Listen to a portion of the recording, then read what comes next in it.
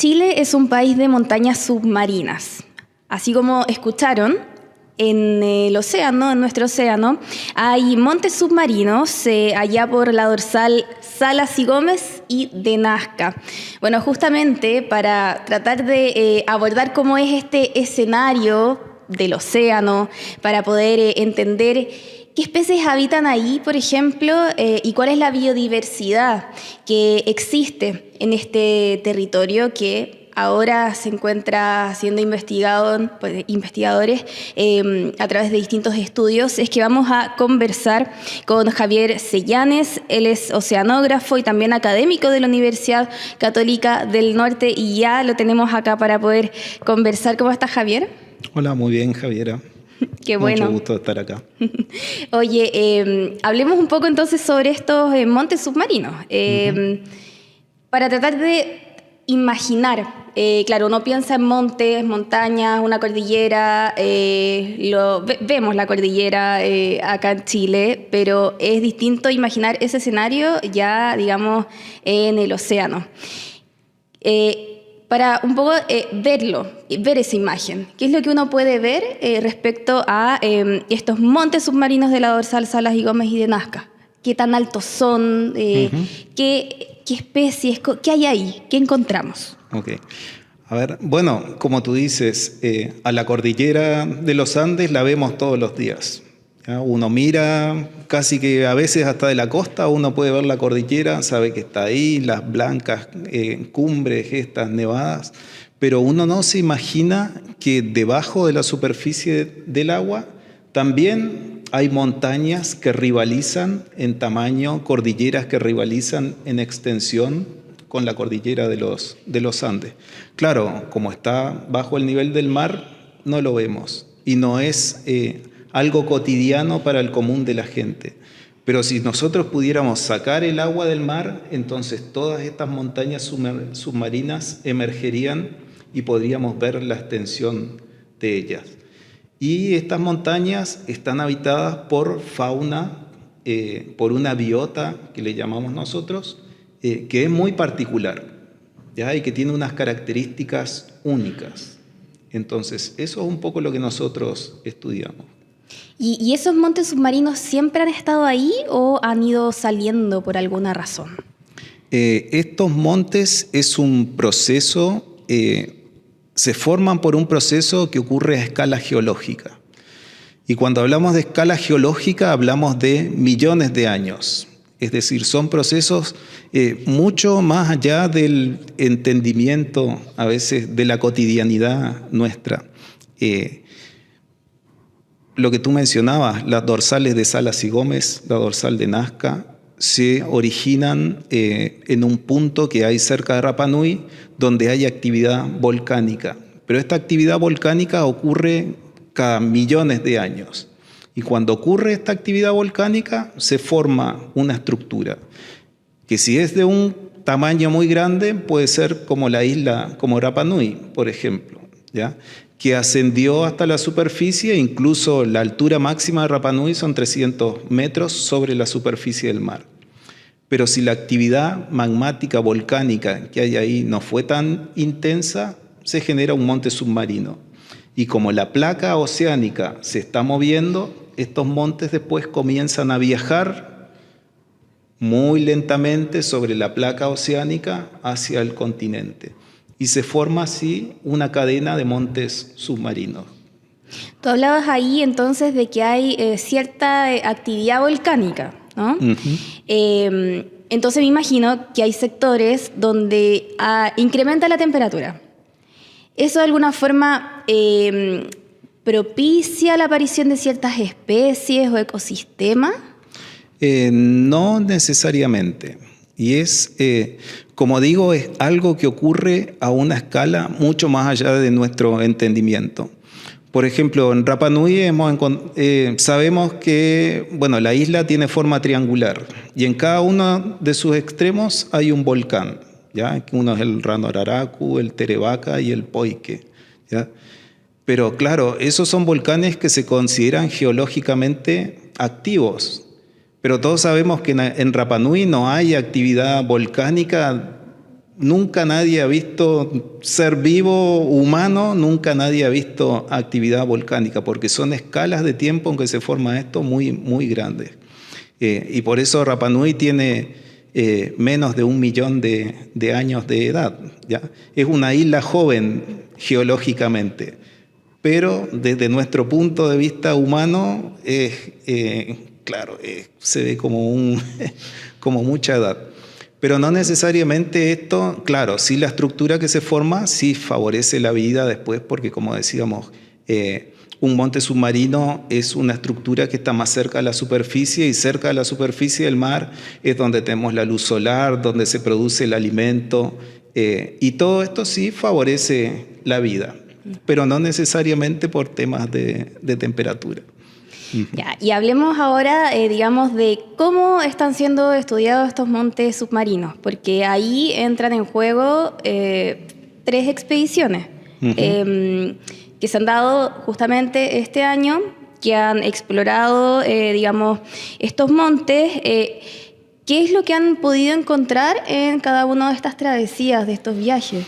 Claro, a ver, bueno, un poco lo que comentaba también en la exposición, este es un largo proceso en el cual ahora estamos recogiendo los frutos de todo esto que comenzamos por allá en el 2014 como un núcleo milenio, SMOI, de Ecología y Manejo Sustentable de Islas Oceánicas, de la Universidad Católica del Norte, donde comenzamos a estudiar estos ambientes que permanecían en Chile tan poco explorados.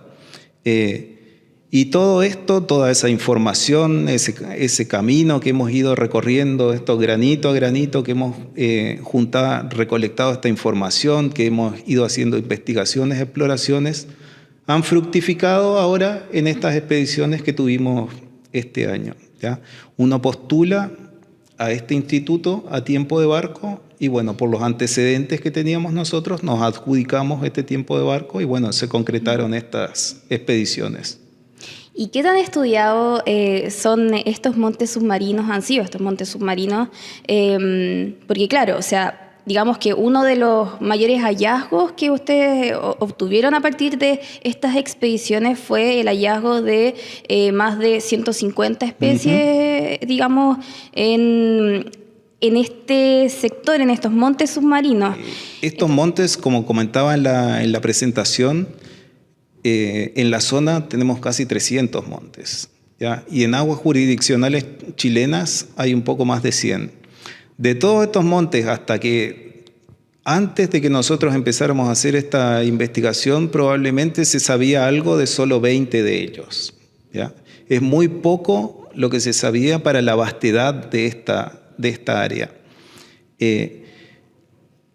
Y nosotros lo que hemos aportado entonces es investigación en montes que nunca antes el humano los había explorado o los había visitado, y utilizando una tecnología de punta. Es decir, lo poco que se sabía para estos montes hasta ahora era utilizando tecnología bastante más rudimentaria. Veíamos este robot submarino que tiene capacidad para ir hasta 4.500 metros de profundidad, de sacar estas muestras casi con precisión quirúrgica, de obtener estos videos de alta resolución. Entonces, esto permite acceder a hábitats de estos montes submarinos que hasta ahora no habían sido explorados. Y por lo poco que sabemos ahí, entonces el potencial que hay de descubrimiento de nuevas especies es enorme. Y eso es un poco lo que estamos viendo ahora en los resultados que hemos estado obteniendo. ¿Hubo alguna especie que te llamara la atención de esta variedad que encontraron? ¿Alguna que tú hayas dicho, oye, en realidad esto es demasiado distinto a cualquier cosa que yo haya visto antes por su tamaño, su color, su organismo, qué sé yo? Claro, bueno, casi todo lo que uno ve ahí llama la atención, ¿ya? Porque son todas... es una fauna única que hay en estos montes. Pero hay, por ejemplo, corales de varios metros de altura, que esos se deben haber, pero uno puede estimar que tienen edades de, no sé, miles de años probablemente. Esponjas marinas también, que uno veía que eran del tamaño de, no sé, de una cocina, de un refrigerador. estrellas de mar, erizos de mar ahí con espinas muy largas, muchas especies muy particulares, algunos erizos de mar en unos montes cercanos a Juan Fernández. Uno se imagina un erizo de mar del tamaño, a los que les gusta comer erizos, por ejemplo, y los que uno encuentra en la costa, quizás del tamaño de un tomate o de algo por el estilo. Pero en estos montes submarinos, a 400, 500 metros de profundidad, encontramos un lugar donde habían unos erizos de mar del tamaño de una sandía. Entonces, son cosas que nosotros no nos esperábamos encontrar, de lo poco que conocíamos de esta zona. Bueno, también se hizo famoso este pez rojo que parece un Pokémon. Claro, hasta ahora ese pez en Chile, si bien se conocía en otras partes, pero en Chile no había sido reportado nunca. Y lo otro es que, así como los Pokémones evolucionan, estos peces, y una de las cosas que vimos en los videos es que también, cuando estos peces, los juveniles que nosotros veíamos de estos, son de color negro. Los que son un poquito más grandes son de color azul, y el color rojo intenso ese se desarrolla recién cuando el pez está en estado adulto. Entonces, toda información que hasta ahora más o menos se sabía, pero que ahora nosotros lo estamos pudiendo constatar de una manera y con un registro de una calidad de video inigualable. Ya, tú hablabas ahí entonces de varias especies que te llamaron la atención y que, por lo que entiendo, solamente serían propias de este lugar y que, claro, no se habrían encontrado en otra parte del mundo. En ese sentido, lo que te quiero preguntar es ¿por qué es tan importante proteger justamente estos montes submarinos?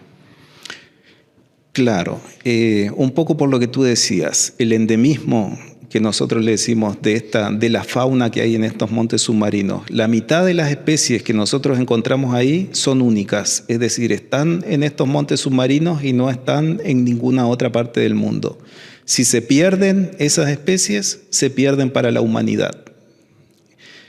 Y por también un poco lo que explicaba, estos ambientes son muy estables en el tiempo. Estas especies que viven ahí no están acostumbrados a cambios muy abruptos, como lo que está ocurriendo con, por ejemplo, el cambio climático, como lo que ocurriría, por ejemplo, si se comenzara a hacer una extracción pesquera o minera en estas zonas.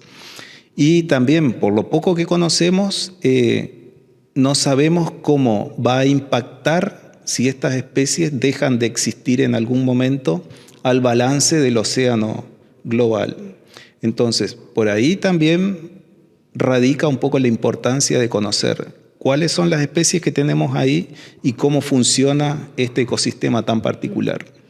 ¿Y han podido ver quizás alguna amenaza hacia estas especies, hacia todos estos ecosistemas y biodiversidad que se alojan en estos montes submarinos? Pienso quizás cambio climático o la llegada del plástico, que también es un tema que por estos días también está muy en boga.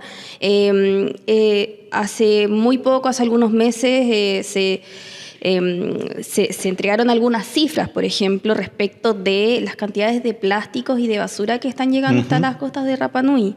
Claro. En ese sentido, ¿han podido ver que ese escenario está llegando ya a impactar estos montes submarinos?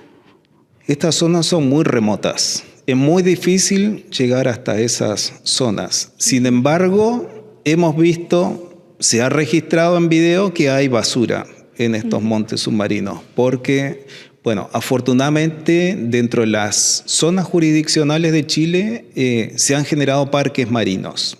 ¿Ya? Desde hace varios años que existen parques marinos, Motumotirojiva, cerca de Rapa Nui, el Parque Marino Nazca-Desventurá, cerca de Islas Desventuradas, el Parque Marino de Juan Fernández. Y estas zonas son protegidas, es decir, lo único que se permite hacer en estas zonas es investigación. No se permite ningún tipo de actividad extractiva, ¿ya? Entonces, eso está muy bien, ¿ya? Y los montes que hemos visitado dentro de estas zonas se los ve prístinos. No se ve ningún tipo de impacto evidente, presencia de plástico, presencia de objetos extraños. Pero sin embargo, cuando vamos a los montes que están en aguas internacionales, en los cuales no hay ninguna figura de protección, y uno ve ahí que no se ven muchos, pero uno ve que hay barcos pesqueros de otros países que están. Bueno, ahora también hace poco, la semana pasada, se hizo un patrullaje aéreo en aguas internacionales alrededor de Rapa Nui y se detectaron por lo menos 40 pesqueros chinos que están operando en esa zona. Entonces, las flotas internacionales van a estos lugares porque saben que la actividad biológica que hay ahí es mayor. Entonces, hay especies que son recursos pesqueros. Y todo eso va dejando una huella. De hecho, en algunos montes veíamos trampas de estas que se utilizan para cangrejos abandonadas en el fondo marino. Veíamos líneas de pesca de estos que se utilizan para pescar atún, que probablemente se habían perdido y habían caído al fondo. Hemos visto algunas estructuras metálicas que no sabíamos qué eran, que estaban ahí en el fondo. O sea que en los montes que están en aguas internacionales uno puede ver que ya hay un impacto, ¿ya? Afortunadamente, para los montes submarinos, el plástico, bueno, generalmente flota y no llega al fondo en los montes submarinos, pero claro, y llega así, como tú decías, a las costas de Rapa Nui y se acumula ahí. Pero sí, se ve que ya hay acumulación de basura en estos montes, pero principalmente debido a desechos de origen pesquero, ¿ya? ¿Y qué es lo que viene ahora? Porque, claro, ustedes ya terminaron las investigaciones, tú mencionabas que ahora, claro, están trabajando con todos los datos que han recabado, pero me pregunto, ¿qué viene ahora en términos de toda esta información que ustedes están manejando y cómo quizás tienen de alguna forma pensado para vincularlo con la institucionalidad, para que de alguna forma esa información sirva para alguna política pública, por ejemplo, en materia de protección de la biodiversidad? Uh-huh. Sí, bueno, Chile, como comentaba, es uno de los primeros países que ha impulsado el tema de proteger la biodiversidad en áreas fuera de jurisdicciones nacionales. Si ese acuerdo es ratificado a nivel internacional, se necesitan voluntades políticas de muchos países. Creo que se necesitan por lo menos 60 países que ratifiquen este acuerdo. Eso sentará las bases para que se puedan generar áreas protegidas en aguas internacionales. Y eso es un poco a lo que apuntamos nosotros también. Generar información, relevar la importancia de estos ambientes para que cuando estén dadas las condiciones políticas internacionales se pueda postular a proteger esta gran área de la dorsal de Nazca, de Salas y Gómez, en aguas internacionales, conectando así los parques marinos, las áreas protegidas que ha generado Chile dentro de sus jurisdicciones. Y para cerrar, Javier, ¿alguna anécdota que hayas tenido, digamos, durante alguna de las expediciones? Algo que quieras contar, ya sea que te haya impactado, que te haya entretenido, por ejemplo. Es que, ¿sabes qué? Es muy difícil la pregunta esa, porque casi en este barco todos los días son una anécdota. Es decir, porque es algo tan fuera de lo común, tan, no sé, distinto a la realidad que nosotros en el día a día, que uno no deja de impactarse, no deja de sorprenderse. Cada una de las inmersiones que uno hace con el robot submarino, uno encuentra especies nuevas. Por ejemplo, bueno, cuando encontramos por primera vez al pez rojo ahí, eso fue, claro, gritos ahí, expresiones así de emoción ahí en el control donde está el robot submarino, porque es algo increíble, es como estar viendo algo totalmente, pez rojo ahí con esa estructura que medio como que camina por sobre el fondo, es algo tan lejano a nuestra realidad. Y bueno, ese es solo uno de los tantos. Y como digo, en cada una de estas inmersiones siempre hay alguna anécdota, alguna especie nueva, algo que emociona a todo el mundo que está ahí en el, como es, viendo esto que está ocurriendo en el fondo marino. Es la conversación con Javier Sellanes, oceanógrafo y académico de la Universidad Católica del Norte, a quien por supuesto le agradecemos por esta conversación. Muchas gracias a ti, Javier. Nos vemos. Uh-huh.